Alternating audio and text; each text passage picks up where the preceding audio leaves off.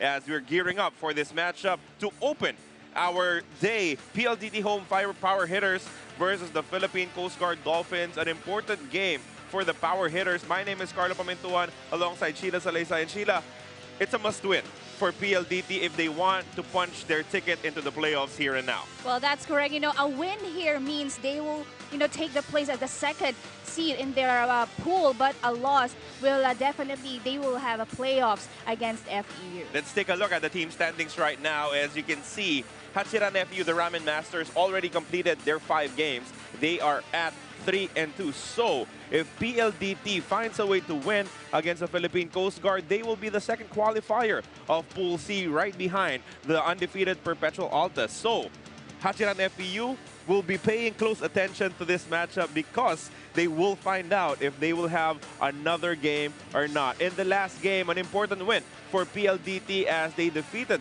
the Ramen Masters. It was an instant classic, a 5-set masterpiece between those two teams as we take a look at the numbers. That's correct.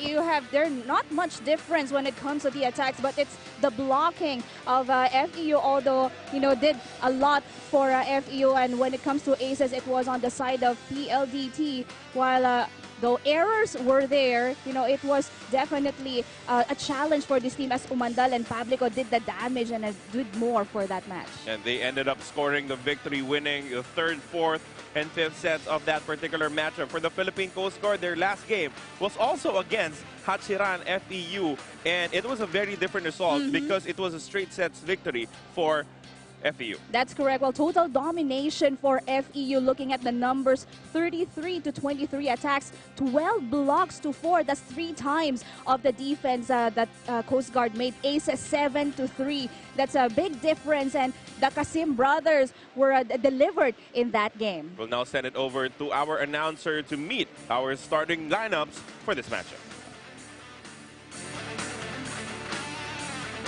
Presenting our national officials for this match.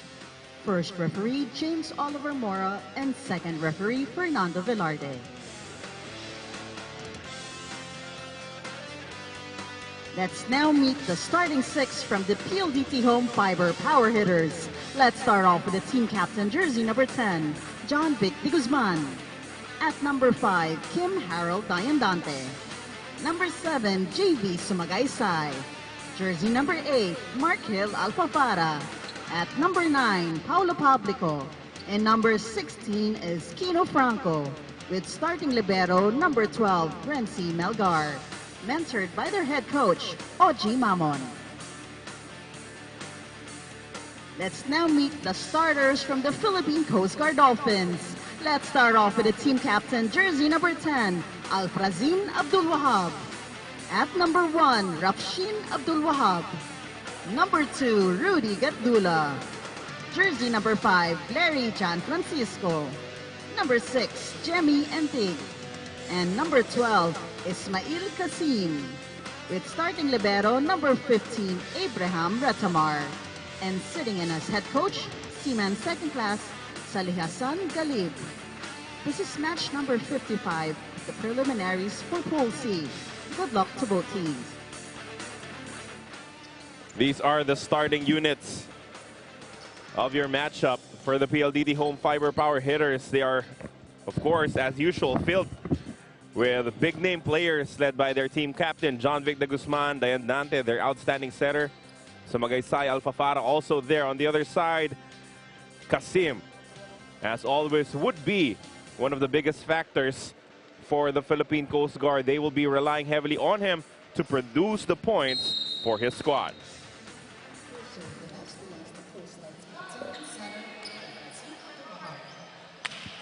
Immediately, PLDT home fiber gets a point from Sumagaysay. Well, Philippine Coast Guard did not recognize the play. Well, it was from the back, and their defense was not ready. PLDT home fiber,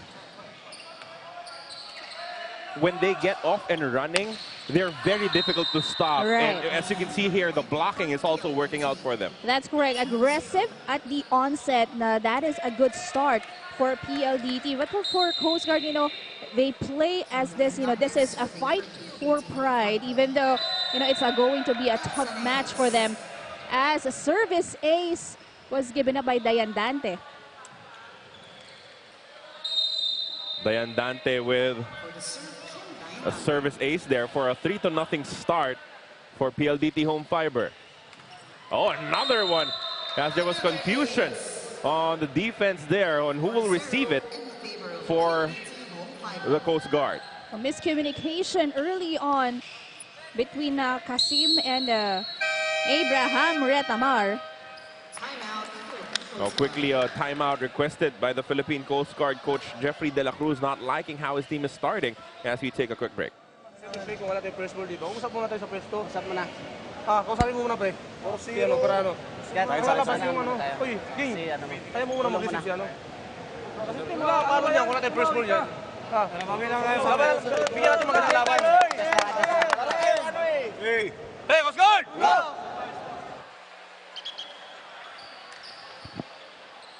So this is all about defense. First ball, reception for a Philippine Coast Guard in order for Abdul Wahab to create a play.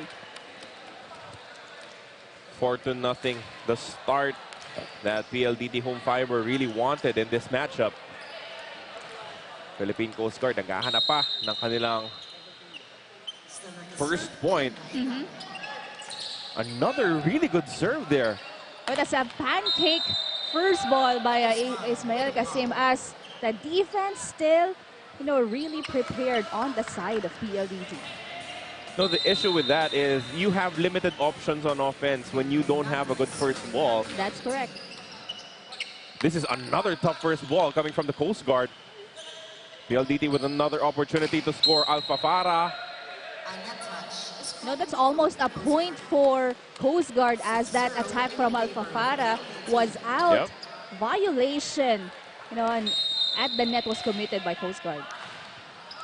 Kim Dayandante still serving for PLDT. He's giving them different looks in terms of his serves. Paminsan short. This time he leaves it long.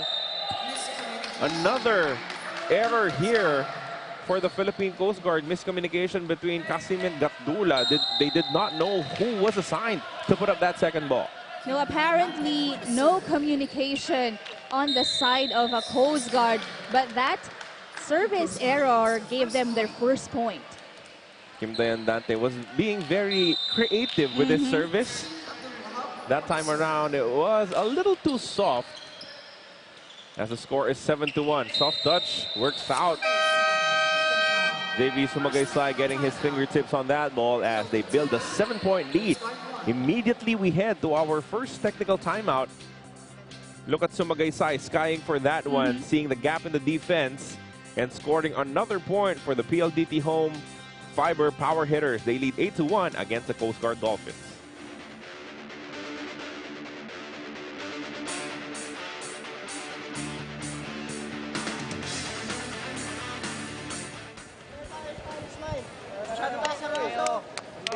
Hindi porket malakas kalaban, magbibigay na kayo. Dapat ganahan rin. Tayo laban.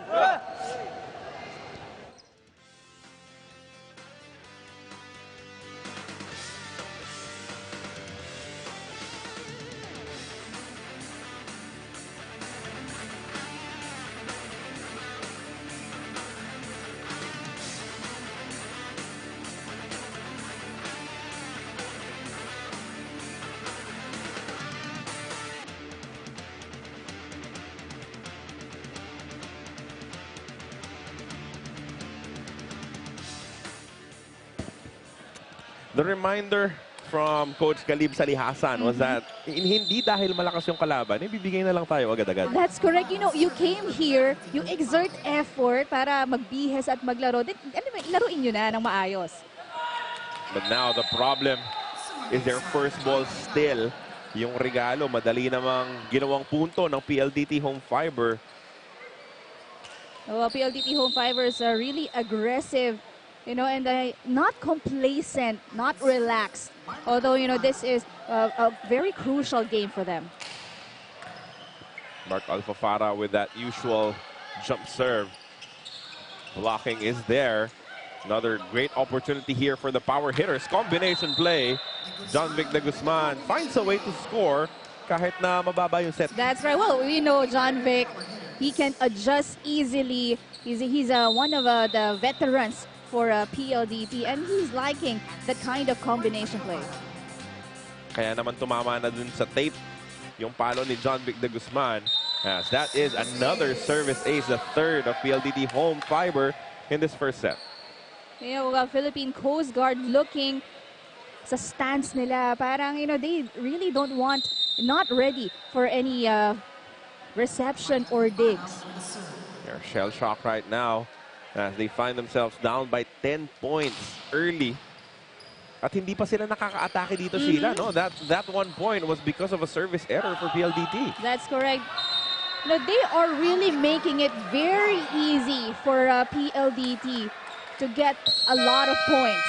Another problem for them is that they're not getting touches on the attacks. Yung mga blockers nila, hindi mapabagal yung mga atake ng power hitters, which makes it so difficult for their back line to take care of business and keep that ball alive. They have another timeout here. Kaya yan, pre. Uno lang nakuha natin. Kita natin. Para tayo mga... Gana kasi natin, gana natin, gana. Walang gana, walang gana. Gana, gana. No, at this stage, we're expecting their veteran, itong si Abdul Wahab, to take control, take command of his team right now and make sure they play better. Kasi naiwan na sila ng tuluyan dito, 12-1. You know, this first set might be a foregone conclusion already, might be too deep a hole for them to dig out from. But you still need some confidence heading into the second set. Kailangan mo lumaban. Yes. No, giving PLDT a good fight. No, it's just another, you know, good game for them in order for them to execute. But if they continuously display, you know, this kind of a performance, committing mistakes, umpisa pa lang, na talagang mahihirapan sila. It's raining service aces for PLDT home fiber here in this first set. That's another one for Alpha Farah. Well, that is really ang bumubuhay ngayon sa PLDT at lalong nagiging mas mahirap for Coast Guard to get points kung hindi sila magre-receive. Bayan Dante had 2 aces. Alpha Farah is now working on 3.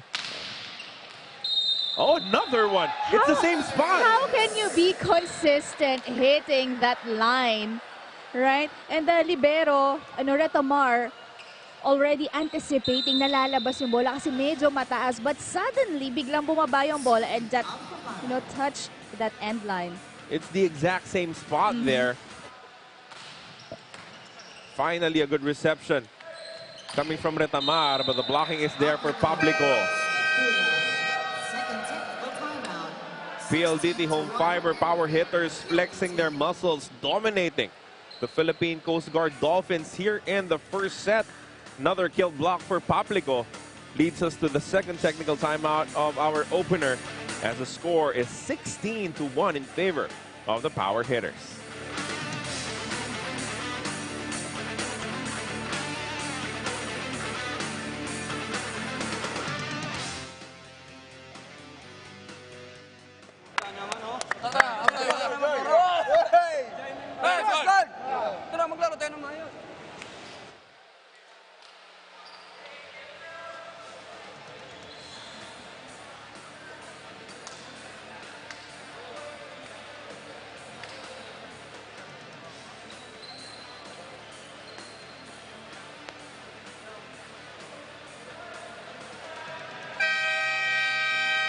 Welcome back to the Paco Arena for the first set of our first offering for today's triple header.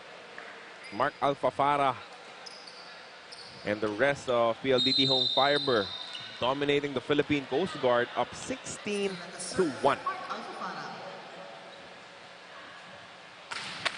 Oh, another service ace now. This time off a friendly touch from the tape. So that's a lucky point for Alpha Farah. But still a lacking of anticipation when it comes to reception on the side of Coast Guard. Ang laki ng area dito sa gitna. 5 service aces for Mark Alpha Farah. Finally, he commits an error. So the 2 points of the Philippine Coast Guard have both come from service yes, errors. That's right. Philippine Coast Guard cannot rely on the errors that PLDT makes. They have to work on their points. Over reception, Regalo. Pero naabot ni Dayan Dante. And that hit is good for John Vic de Guzman. Miscommunication between Kasim, of course, and that is Jemmy and Tig that allowed the PLDT to set up a play, and de Guzman ending that rally. 18-2 advantage. Running attack. Finally, they get a point for themselves. No, that's an easy point here. And PLDT was not ready for that play. It was Pablico left alone to block the net. Dahil wala ring lakas yung serve, kaya maganda yung first ball, naka-atake itong Philippine Coast Guard. Pablico slowed down by the blockers. Pancake is good, but they will not be able to keep this ball alive. You don't know what is happening on the defense of Coast Guard. Latamat and Kasim, kanina pa sila dito nagkakaroon ng issues when it comes to defense and receptions. Diggs. Team captain John Vic de Guzman now serving for the power hitters. Kasim from the back row. Easily defended. Dayan Dante to Pablico. Pablico. Di na naghintay pa. Immediately attacking after that ball coming from Kasim.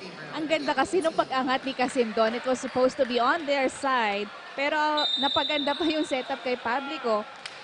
Instant regalo for PLDT. You saw Coach Galib Salihasan there. Without any assistance helping him out in this particular matchup. Kasim with a rocket, but that was well defended. Another chance here for the Coast Guard. Dayan Dante, kanino pupunta? Pablico. Blocked, but that is going out. Another point for the power hitters. But the good thing about that is nakapana ni Entig yung atake na yon. But that was too strong. Kaya naman lumabas.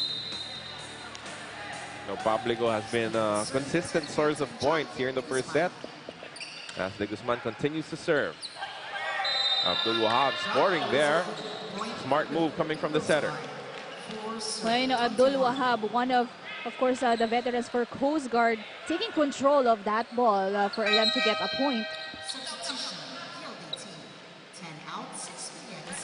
Villegas, setter, and Solis checking in for de Guzman and Dayan Dante. Alam Sheila, yan yung isa sa lakas talaga ng PLDT Home Fiber. Their bench players are also solid. That's correct. Advantage for them kasi ang lalim nga ng roster nila. And the good thing is, kapag hindi gumagana yung first unit ni Coach Oji Mamon, kahit sinong hatake niya, yun ang gumagawa. Looks like their bench will be seeing extended action in this matchup as they are in complete control of this game currently against the Dolphins. Another service ace here.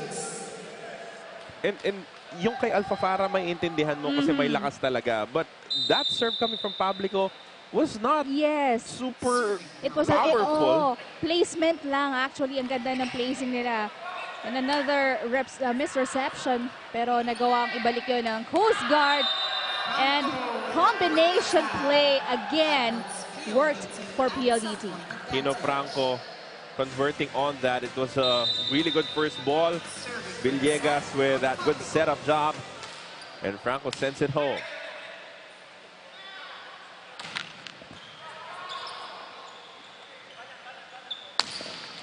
That cross court will work out as there is a net touch against the Philippine Coast Guard. Sheila, that should be one of the quickest first sets we've ever seen in the 2019 Open Conference of Spikers Turf as we finish it 25-4 in favor of PLDT Home Fiber power hitters.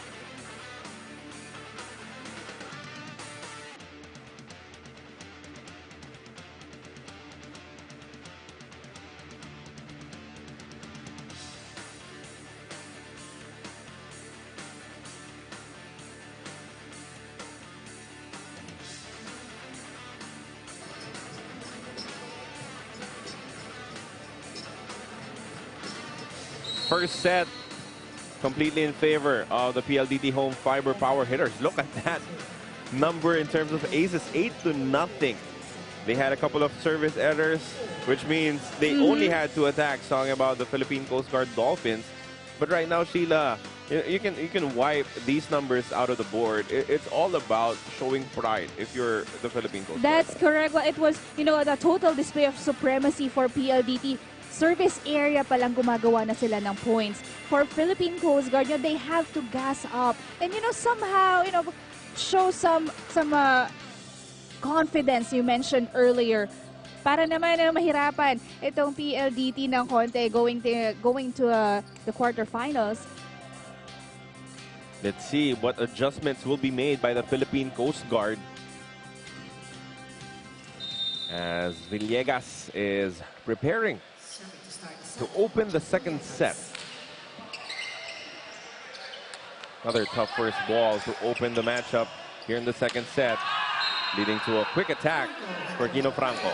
They also have, Philippine Coast Guard also has to look after those kind of plays. Kanina pa yung binibigay, if you see in the first set, walang madaling set. I mean, no open and back sets for PLDT, lahat combination play.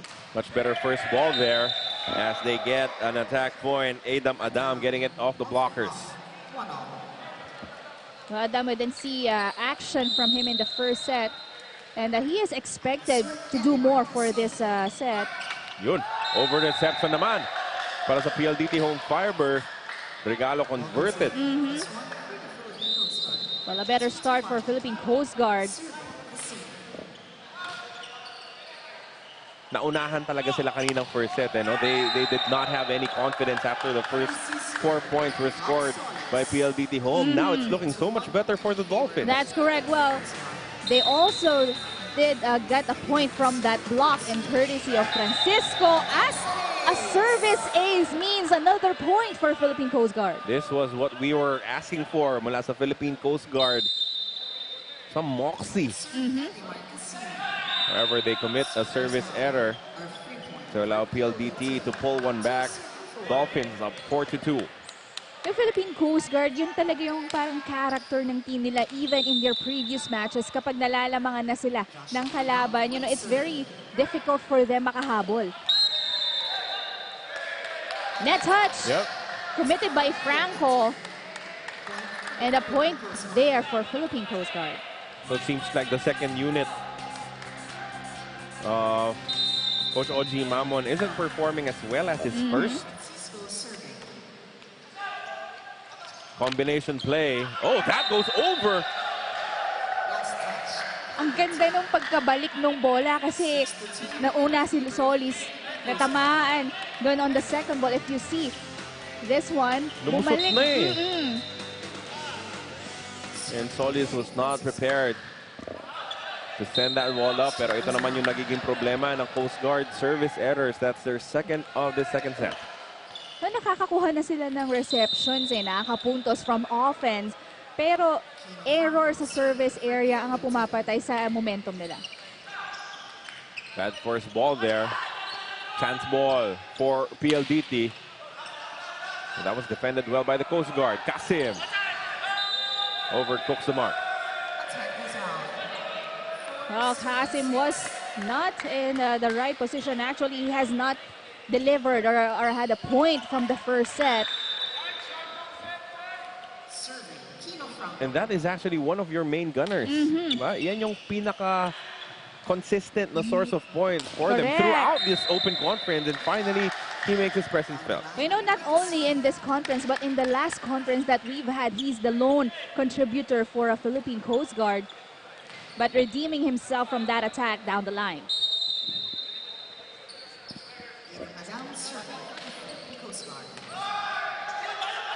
Good serve there coming from the Dolphins. Good opportunity for them. Running attack is good for Gadula. It's like we're watching a different team competing, Sheila. It's amazing how the end of the set can really change things up in terms of just the outlook of the Philippine Coast Guard Dolphins as they now head into the first technical timeout of the second set, up 8-4 against the power hitters.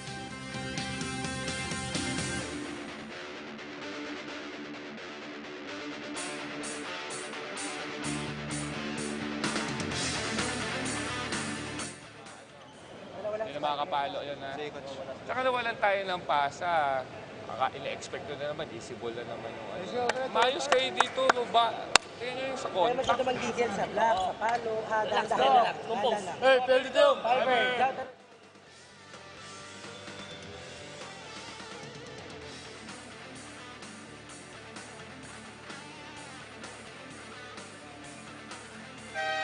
The team standings right now for Pool C action. Perpetual Altas, the champions of the NCAA, will leave the group phase unscathed.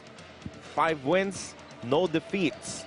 Meanwhile, PLDT Home Fiber at 3-1 are hoping to punch the second ticket into the quarterfinals from Pool C action. That's a net touch. The Philippine Coast Guard has to limit their errors, especially at the net. That is the third or fourth violation na na-commit nila since the first set. And also one of the things that gives points to PLDT. But that was an easy point there, courtesy of an error from Solis. Sinoli naman ni Solis agad. An error for an error. As the Dolphins are back up by 4.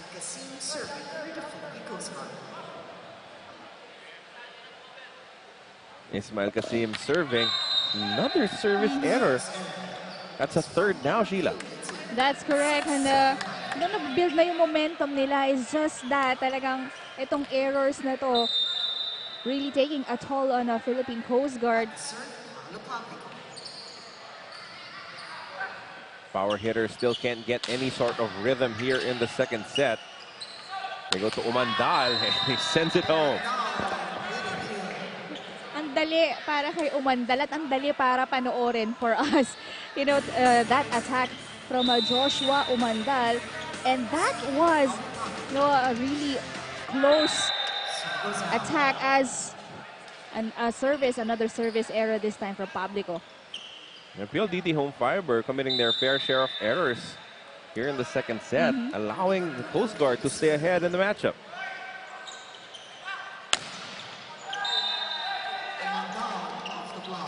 Umandal scores another point off the block. So PLDT inching closer. That's right. Philippine Coast Guard is the net defense. No, not in sync. Kulang pa sa basa.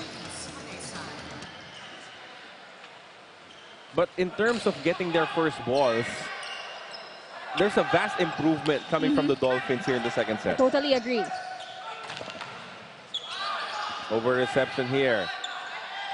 Oh, and that leads that good point mula kay Larry John Francisco. And one of the longest rallies so far. Rally na nakita natin for this set. Philippine Coast Guard exerting a more effort in reading attacks well against the PLDT. Combination play. The blockers were ready for Umandal that time. And that goes through the other side for the Coast Guard as Kasim scores. That's correct. Well, the younger Kasim cannot deliver, so here comes Kuya to do the points for Philippine Coast Guard.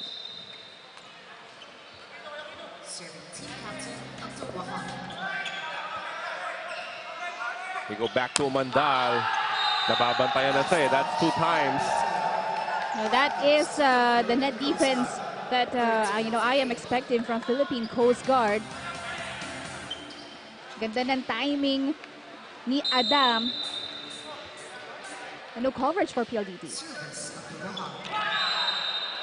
Service error once again. Number 4 in the second set. And that's very low. Hagis pa lang ni Abdul Wahab. You know, mawawala na talaga siya sa timing. Yung mga nakakapanghinayang because you should be in complete control of the set already. That's correct. You know, and I always say, you know, that's almost a point for Philippine Coast Guard. If not, you know, that ball hit Eddie Marcasim after the block. And what those errors did was it kept itong PLDT home fiber within striking distance. Right. But the offense is looking so much better for them. Adam, got a point earlier from the defense. This time, that attack cross-court. And PLDT was not ready for that. A couple of misreceptions ang nakikita natin dito sa PLDT. Philippine Coast Guard taking advantage yung mga errors na yun. Back up by 5 now are the Dolphins. Combination play. Francisco jumping too early from that setup. Napakagat ni Kino Franco. Yung isang blocker, Umandal, only had to deal with one. And that serve is an ace for Umandal. Eddie Marcasim was too confident. That service will go out. And again, ang galing talaga itong mga services ng PLDT. Parating end line. Much better reception. Kasim sends it out. That hit was wide for him. So ito na yung power hitters. Kumakatok na. Only down by 2 now. 15-13. Eddie Marcasim hindi pa nag-iinit. Rather, Ismail. That's Ismail. Poor reception coming from Ismail. Franco still found a way to elevate and send that home.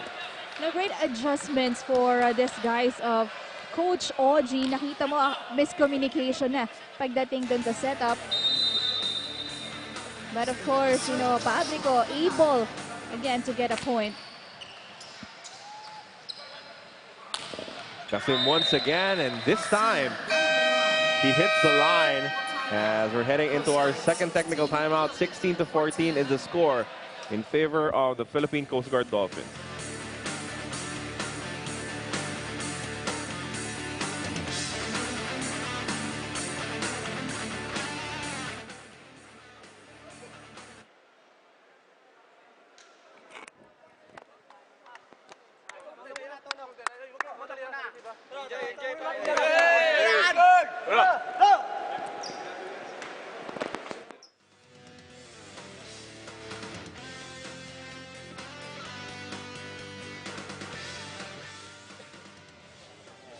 Tapos hindi tayo bumablock.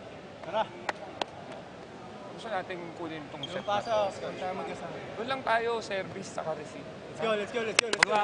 Pero dito!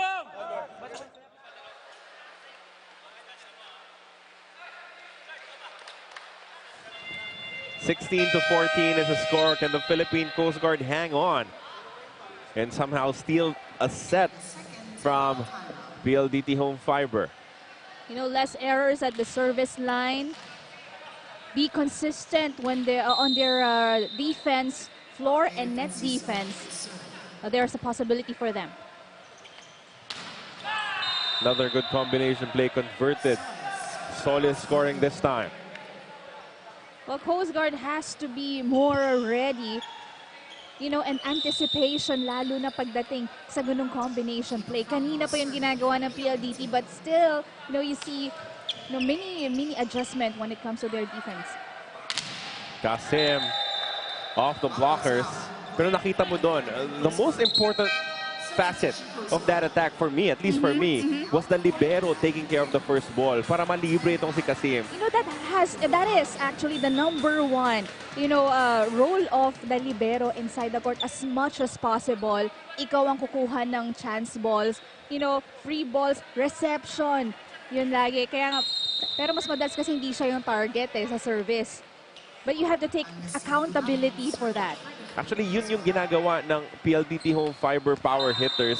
They are targeting si Kasim to make sure na limitado rin yung options niya to attack. That's right. Well, Kasim is actually like the weakest point for Philippine Coast Guard. Hindi siya ganon ka-consistent pagdating sa kanyang receptions.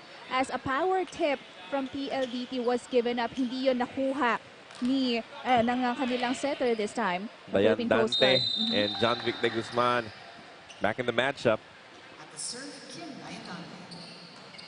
At sila talaga yung maganda yung nilaro kanina, leading to the easy first set win. Ganda ng timing ni Ismail Kasim, to defend the net, but lumabas yung bola.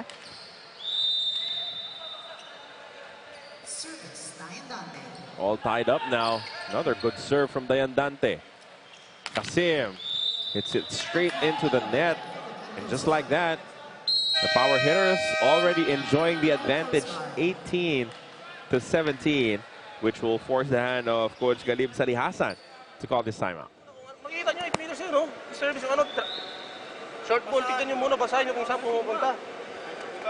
Pagkabitaw pa lang ng service, dapat mabasa nyo na, hindi yung kakapaan tayo. Yung bola yung lalapit sa inyo, lapitan yung bola. Yung service nyo, no? Magaan lang. Chance ball lang nga yung service, eh. Kung magda-drop kasi kayo, pahirapan nyo rin, hindi nyo ilalagay agad sa tao. Ito tayo, receive lang rin maayos, ha? Oo, isa lang yun. Dandaan ninyo. Eh, goes good! Can the Dolphins recover? They gave up the advantage already. They find themselves down by 1, 18-17. I like the point of Alfrazin Abdul Wahab. Kailangan nyo mas maging masipag sa depensa. Hindi naman hindi lalapit yung bola sa inyo, and Dadabero must be able to read yung bola bago pa man ito kung mag-cross sa net. Another service ace for Dayandante. That's a great substitution by Coach Oji Mamon. Yung kay Alpha Farah, it's all about power. Yung kay Dayandante, placing eh.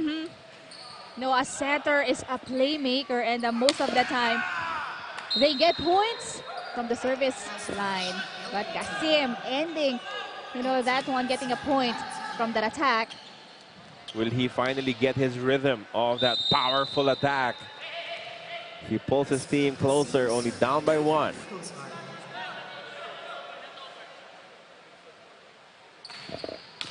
Oh, service ace for Kasim.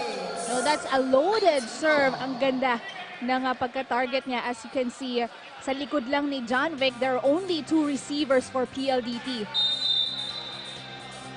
Giving the power hitters a dose of their own medicine to tie the contest at 19.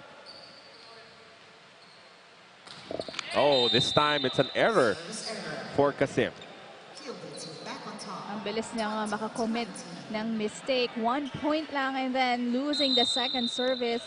And that's really the gamble with that jump serve. Hirap talaga basahin pa minsan kung saan pupunta.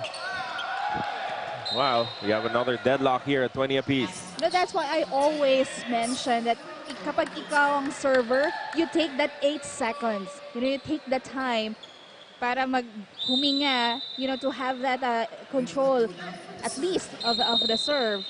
Uh-oh, rotation error. That's a cheap point to give up, especially at this stage of the second set, Sheila. That's correct. Not really the right timing for Philippine Coast Guard.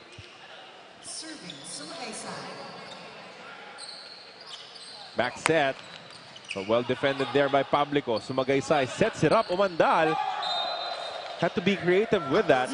Wasn't the prettiest of sets coming from Sumagaysay. That's correct. Well, ang ganda ng idea niya na i-drop lang yung bola dahil alam niya may blocker na sa harap niya. But then, wala namang nag-cover dun sa atake niya. 21-21 is the count now. Abdul Wahab serving. Almost an ace there, but this will be a chance ball. Can the Dolphins convert? No, they won't. Franco and John Vic de Guzman combining for that block. Well, you can see from that attack of Eddie Marcasim, mo, nabasa na ng blockers, but he didn't even react nung bumalik sa kanya yung bola. That could have been saved kung nakuha niyo yun. 22-21 now. Villegas serving.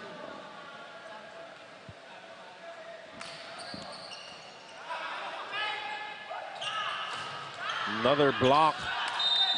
Scoring, this time for Solis. Although Retamar was there for the coverage, hindi niya nakuha ng maayos yung bola. Another timeout requested here by the Philippine Coast Guard. Let's listen in. Tulong muna tayo sa receive. Dahan-dahanin natin. Huwag tayo magpadali. Pwesto agad. Kaya ano, isang ano lang. Bagal lang oo. Kaya nga natin yan i-play. Madali na agad. Pwestuhan yung Pwesto. mabagal naman yung dali ng bola. Tapos kayo, hindi na kaya pala na maayos. Gawa nyo na lang ng paraan. Kaya huwag pinang ano yan Pagpangit. Tinan nyo yung gitna nila. Pangit lang yung set. Yung gitna nila, puro butas. Dalawa lang yan. Go. Hindi pa rin kayo sa loob. Hindi pa rin kayo.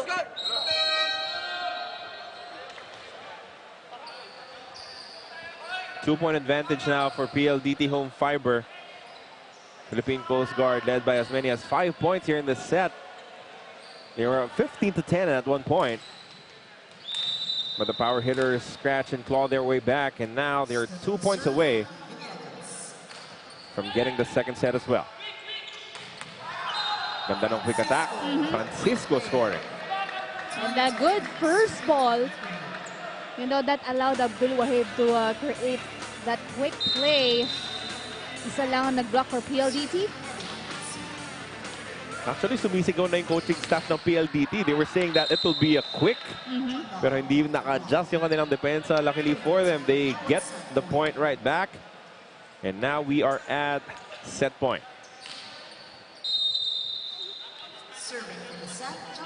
Joshua Mandal serving. They go to Kasim. Over, hits it. And the result is another set belonging to PLDT home fiber. The power hitters up 2-0, but this one, a tough one. 25-22 as the Philippine Coast Guard Dolphins gave them a much better fight compared to what happened in the first set. And they get one back in the third set, and we'll have that ready for you when we come back.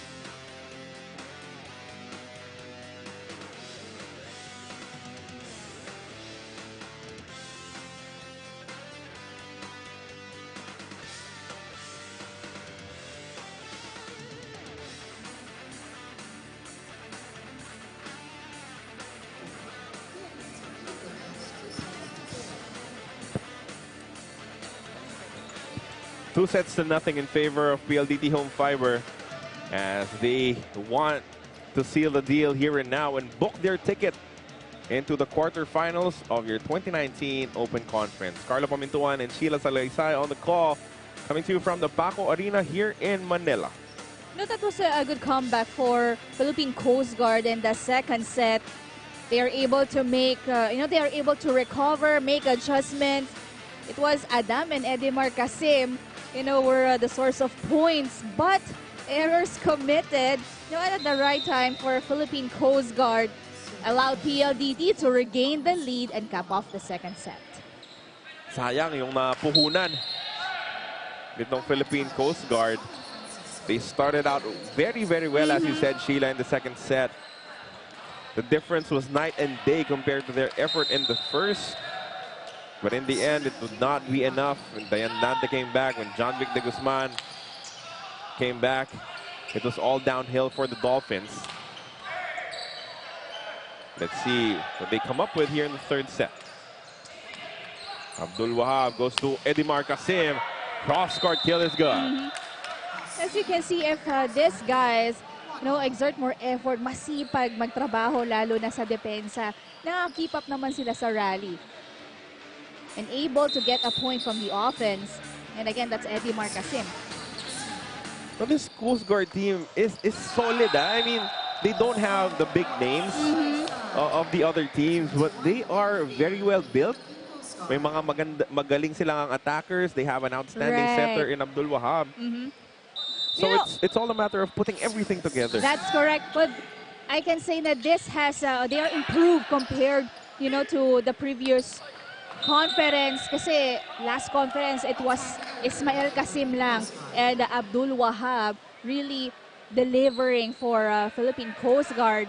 Ngayon may reinforcements na. You have Francisco sa gitna and brother Edimar Kasim sa opensa. Mark Alfafara, siya yung nagpalayo ng score kanina because of all of his service aces in the first set. That one is off the blockers. No, Ismael Kasim, all on and off, contributions, lalo na pagdating sa opensa.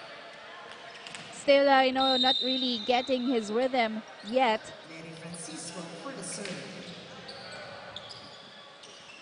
Quick attack. Good for JV Sumagaysay. Nabibigla yung Philippine Coast Guard, lalo na pag mabilis yung setup dito ng PLDT. Hindi sila makapwesto agad-agad. Oh, service error though coming from Sumagaysay. That was off from the get-go. Yes. Mula sa umpisa, yung bato pa lang, alam mong magkakaproblema na itong si Sumagaysay. We're seeing his first action here on the third set. Kanina sa opensa siya nagkaroon ng error. So the back row, that is good for Edimar Kasim.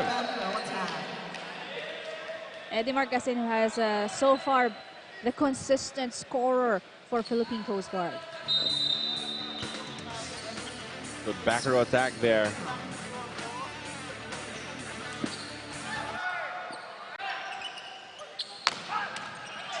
The dig there by Retamar. Oh, there's an error. Double contact. Contra sa Philippine Coast Guard on the set. Well, Abdul Wahab not questioning the call. Pero medyo nag-iba kasi yung direksyon ng bola from that setup.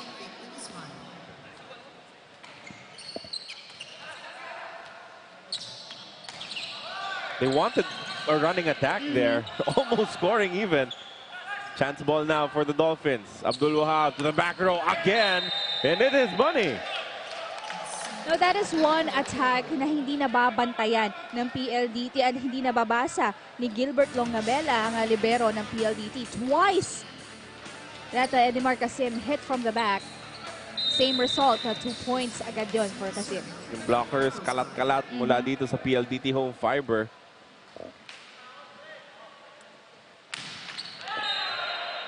And they give the point back because of that service error from Ismael Kasim.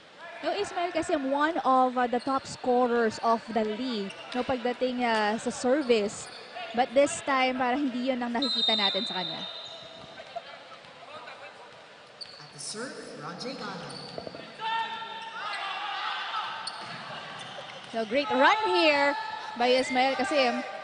Chance ball, Dayandante. That was not a great connection, but there was a touch. There was a touch, said our official, our lead official. No, sana makita natin yung replay. There was only one blocker for Philippine Coast Guard. Iniwas pa ni Franco yung kanyang atake doon. But still, the last call is from our officials. Nabawi naman yun ng Coast Guard from a service error. 7-6 is the count now in favor of the Dolphins, with Gatdula preparing to serve.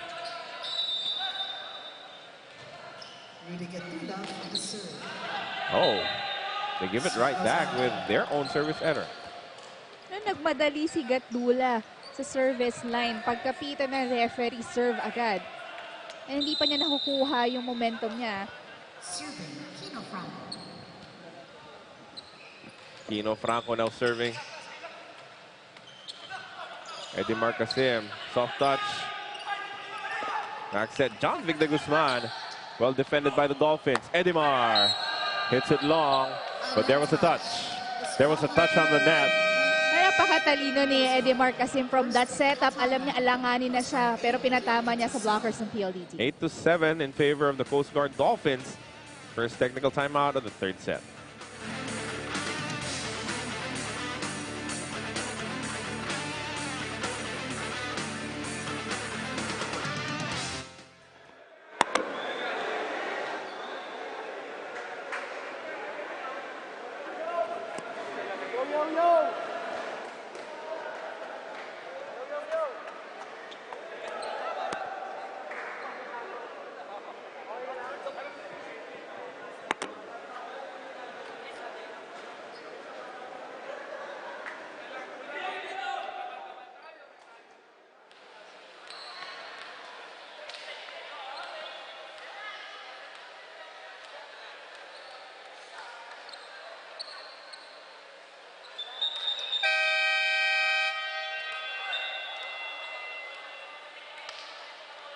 End of the first technical timeout.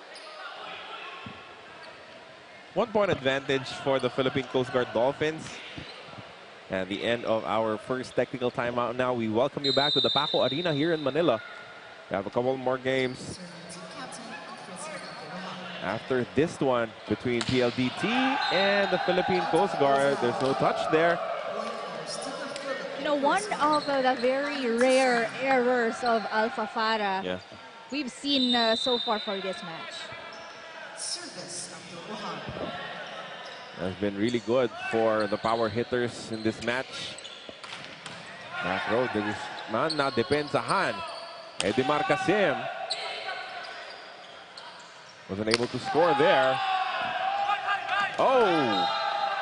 You know, Casim really doing well both in offense and defense. Dayandante and Melgar almost spilling over to our table officials. Buti na lang nakapagpreno. This is similar to what happened in the second set, Sheila, as Dayandante scores with a 1-2. Alam mo, bumagal na nga yung takbo ng bola, yung flow ng bola kasi tumama sa net. That's the tape of the net. Pero hindi pa rin yun nakita ng Philippine Coast Guard.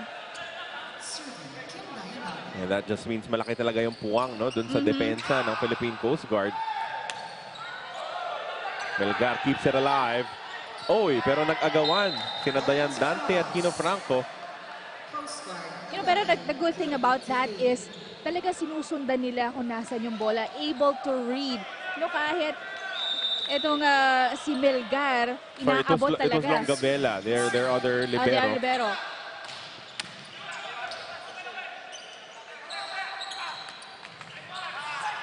Smart attack there coming from Ismail Casim. Still did not find a way to score. They go back to Casim. Picked up by Franco. Masyadong malapit yung set. Still an error, a net touch kontra sa Coast Guard.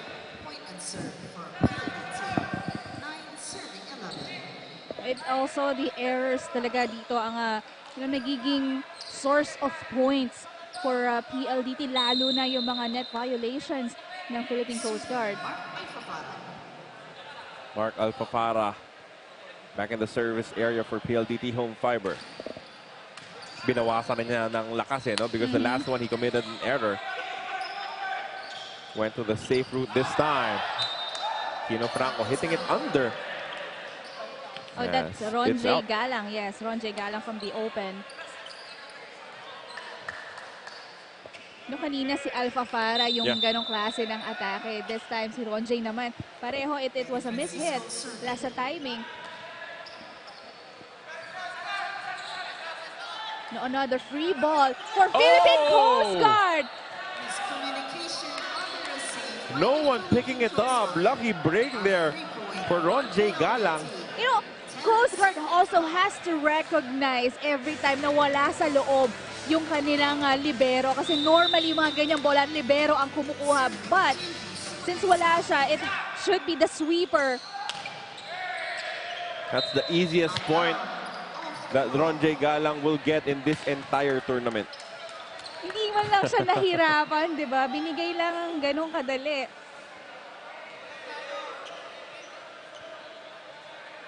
Like Philippine Coast Guard, you know, still has to anticipate more.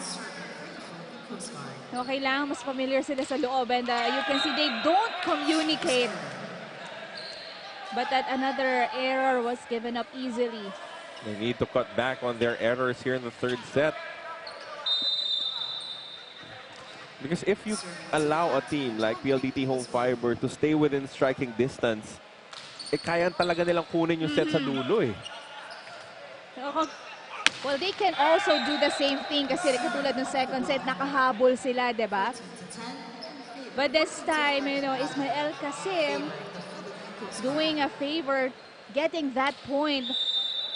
Ang ganda sa pakiramdam no ng setter kaya Alfrazin kasi ang layo ng hinabol niya pero puntos pa rin ang binigay dito ni Kasim.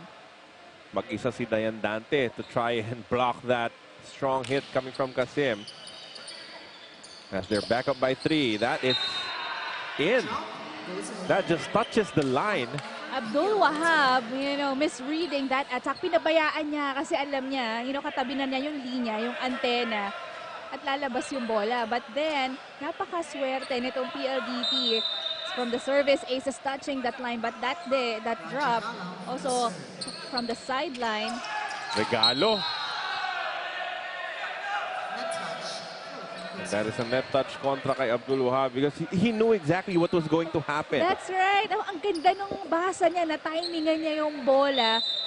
Pero again, it's the net violation. Back set to the back row. Naabot ni Alpha Farah. Dayan Dante. John Vic de Guzman.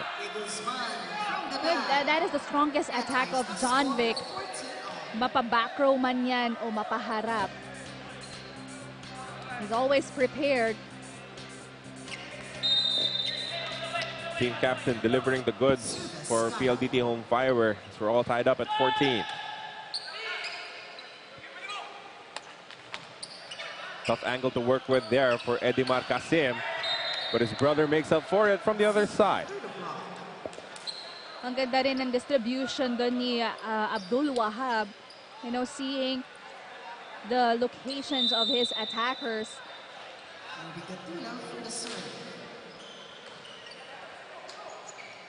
Combination play. Slow down by the blockers. But the hit was simply too strong coming from Alpha Farah. Yung mga ganun check balls, trabaho yun ng mga back row receivers. You have the libero and then Kasim, pero hindi nila nahabol.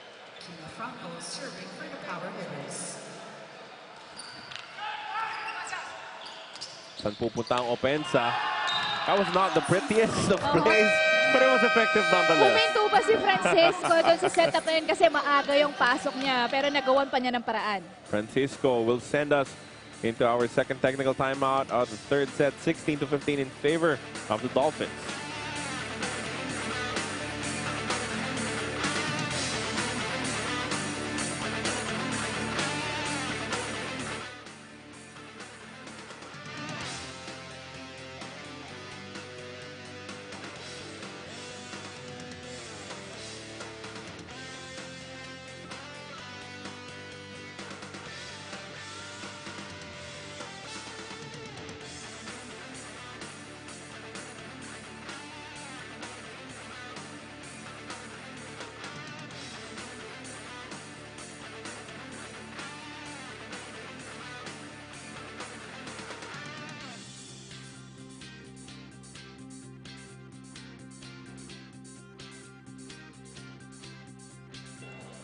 And this is our tournament system for your 2019 Open Conference.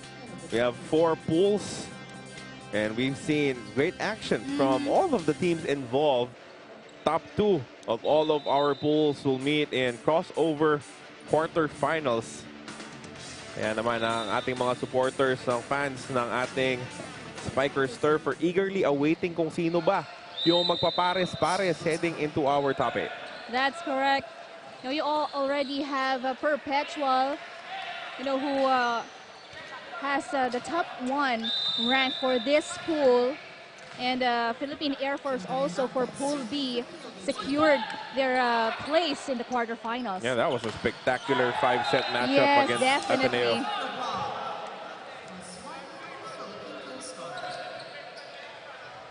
For some of the favorites, Signal HD Spikers also be heading into the quarterfinal round.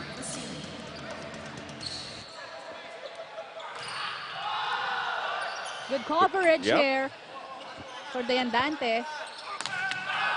But that was out. What an excellent attack from Ismail Kasim. Ginaganahan na ang Philippine Coast Guard. They feel that they have a really good shot at getting this 3rd set against the power hitters. They're up by 2, 18-16. Alfafara gets it back. Abdul Wahab was in the right area for that coverage, pero hindi niya kinuha. Pablico re-entering the contest, replacing Galang. Ang tagal niyang nawala since the 2nd set. And Coach Oji Mamon, wants, this match to end. Good first ball for Kasim. They'll get another opportunity. Chance ball though for PLDT home. Pablico. Dug up there by Abdul Wahab. Oy, masyadong malakas yung palo. Kasim aiming to hit the hands of John Vic de Guzman from that attack. Pero, he could only have, give out a power tip kasi isa lang si de Guzman, ang nasa harap for that block. Halos pataas na yung palo nitong si Ismail Kasim. That was way long there. Service error coming from Alfafara, giving the lead back to the Philippine Coast Guard.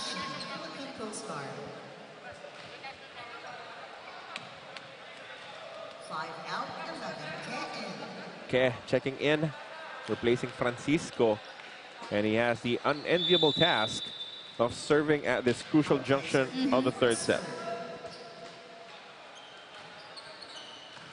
Good first ball for PLDT. Quick attack. Sumagaysay has been consistent with those kinds of attacks in this match. No, that's correct. Ang galing din niya mag-adjust And that one, placing lang talaga for Sumagaysay. Tough first ball there, pero nagawa ng paraan ni Gatdula. Uh-oh. John Vic de Guzman landing awkwardly on that right ankle. And that happened actually, namatay na yung bola. He had that slow motion, movement bago siya humiga because he knew na medyo hindi maganda yung pagka-landing ng paa niya. It's always unfortunate when we have, ouch, rolling his ankle, stepping on the foot of his teammate.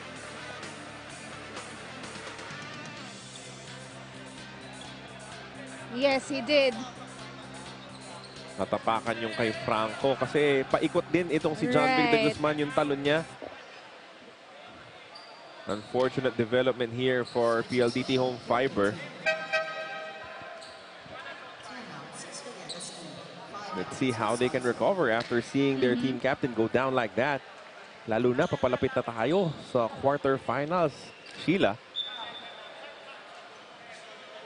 Very unfortunate. Yeah. Na nagka-injury siya just from that. Patay na yung bola. Walang extra movement. Pero marami pang naka-line up dyan para kay Coach Oji Mamon. No, surely, hindi naman sila mauubusan ng mga options in terms of who can step in. But surely John Vic de Guzman's presence will be missed here in the third set. Nautakan ni Publico as he ties the contest at 20-all. The public already knew medyo dikit yung bola. Two blockers in front of him. Talagang hinulog na lang. Juanchet Lee Villegas, the setter, serving now. Good effort on the block mula kay Kino Franco. Ismael Kasim with a soft touch. Finally, Kasim outsmarting the defense of PLDT. Villegas was just so far from that attack line. Pointing to his IQ. Ismael Kasim was really happy with that point. Well, he did really well. Kanina, puro powerful attacks ang binibigay niya. That was a strong serve coming from him. Solis, oy, nakagante. Exact same scenario. Nag-split pa itong si Edmar Kasim opting to get that ball using his foot. Pero kanina pa yun, masyadong open yung gitna. Yung gitna, yung depensa ng Philippine Coast Guard. Over reception. Converted to a quick point for Franco.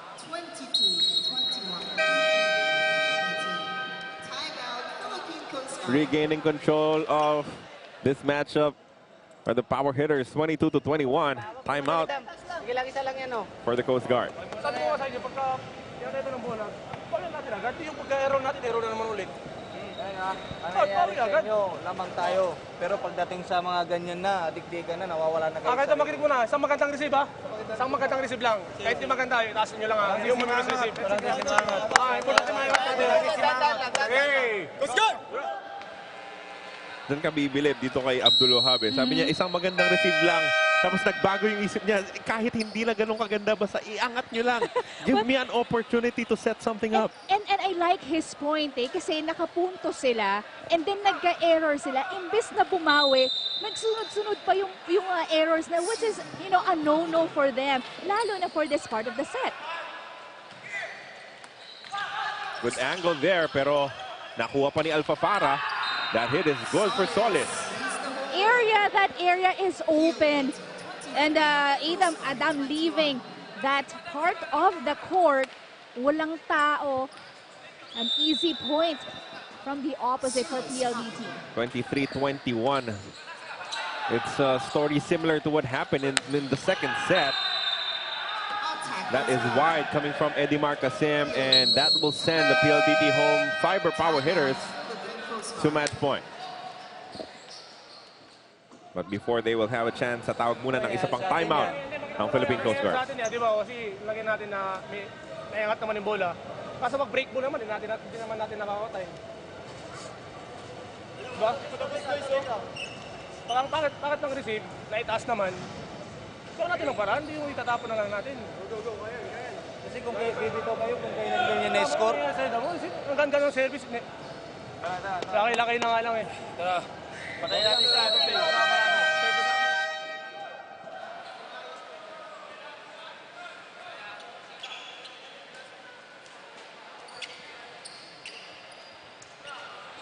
Chance now for PLDT Home Fiber to book their quarterfinals ticket here and now. Publico serving. Over reception. And the scramble will not be enough to keep the Philippine Coast Guard alive in this matchup. Well, sa last part ng set na to, nanggigil na yung Philippine Coast Guard, lalo na nung nakalamang yung PLDT. They lost focus, nawala rin sa kumpiyansa, and errors happen for Philippine Coast Guard. They were shell-shocked in the first set, but they recovered to give a better fight against PLDT Home Fiber in the second and third sets, but it'll not be enough. Your winner, the power hitters, 25-4, 25-22, 25-21, as they book their spot in the quarterfinals. We'll be back in just a bit to meet our best player of this game.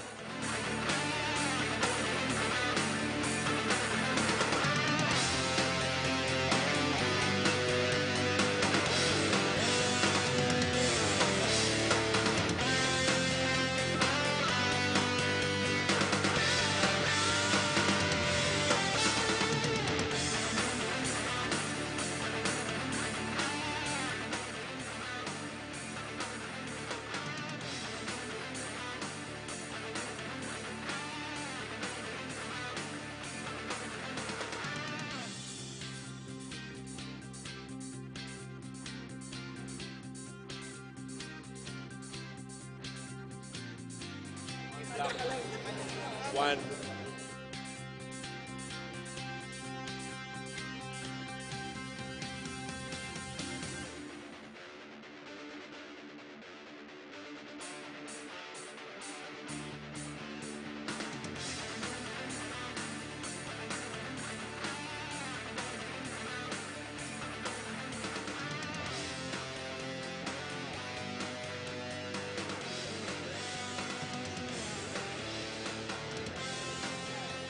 PLDT home fiber power hitters booking a spot into the quarterfinals of our 2019 Open Conference of Spikers Turf.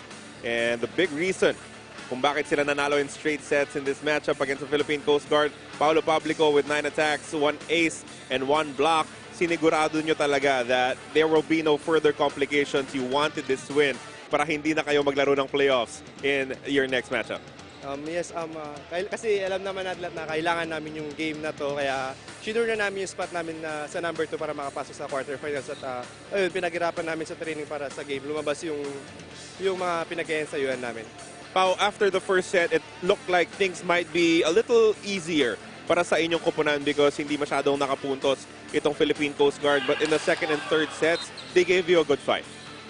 Yes, at siguro nag-relax lang kami kasi nga, yun nga, parang sobrang baba ng score nila sa amin nung first set din. Feeling namin hindi na sila makakabawi, so parang nag-relax yung team namin sa second set saka third set. Moving forward, what will your preparation be like heading into the quarterfinals?